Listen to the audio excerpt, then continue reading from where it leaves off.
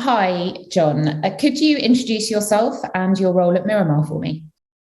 Yes, my name is John Hodge. I'm one of the managing partners of Miramar Global Executive Search. We're a boutique executive search firm with offices in Philadelphia, London, Singapore, and Zurich. Our focus is the industrial sector, the med tech and life sciences marketplace, automotive, and the broader technology sector. And the type of work we do is going to range from C-suite business unit president down to director across a number of functional areas. I've heard you talk before about the Sincerity stress test. Can you tell me exactly what that is and what you mean by that phrase? Yes, the Sincerity stress test is something that I developed theoretically and then practically as a result of the acceleration of working from home and leadership working from home that was exacerbated by the global pandemic. What has happened is the great resignation, as we've heard it. In my estimation, the number of candidates that are entering into a recruiting process has been increased significantly, mostly because it's easy and they don't have to leave their home. They can take an interview from video. They don't have to travel, and they just don't have to invest as much time and energy. And there's very little risk in saying, yes, I'd be open to hearing what you have to say. So, what are the potential effects of the Sincerity stress test on the recruiting process? So what we're finding is that there's a significantly higher number of candidates in processes, and their motivations and interests aren't really flushed out because it's so easy, because of video technology, because of working from home, because of the sheer magnitude of the number of opportunities are out there. Candidates are entering processes without a really flushed out, sincere interest in potentially making a move. So what's happening is our clients are finding it's good pools of candidates, but getting a candidate hired and getting a candidate over the goal line is much more difficult in the last year and a half to 2 years.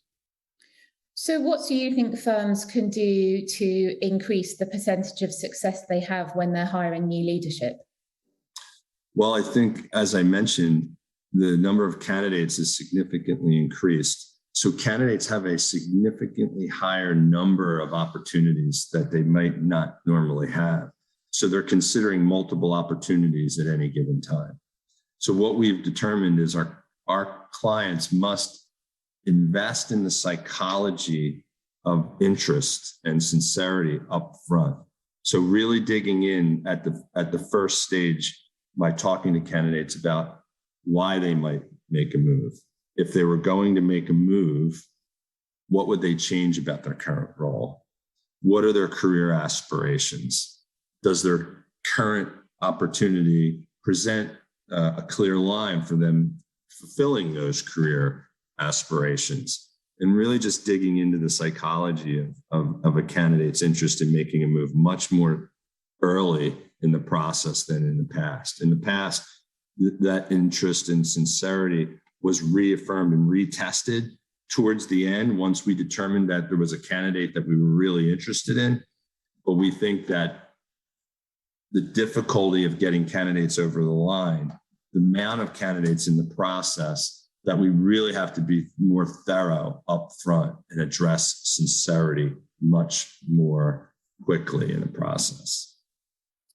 So, John, what are the practical measures that you would take around the Sincerity stress test? Some of the measures that we're encouraging our customers is to much earlier in the process test sincerity and test psychology. So we felt that allowing our customers to really determine if a candidate fits culturally by various assessment tools and psychometric tools to understand motivation, understand aptitude.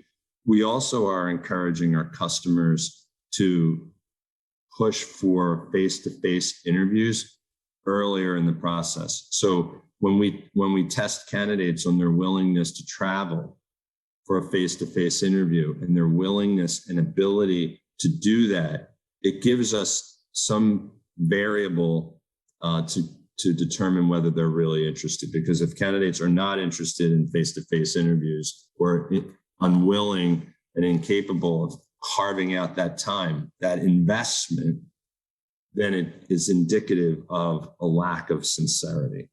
So at all times, as much as possible, we're encouraging that face-to-face interview, because I think it's really meaningful. And then it allows our customers to really, and candidates, quite frankly, to assess the cultural fit. John, it was really interesting speaking to you. Thank you. I appreciate your time. Thank you.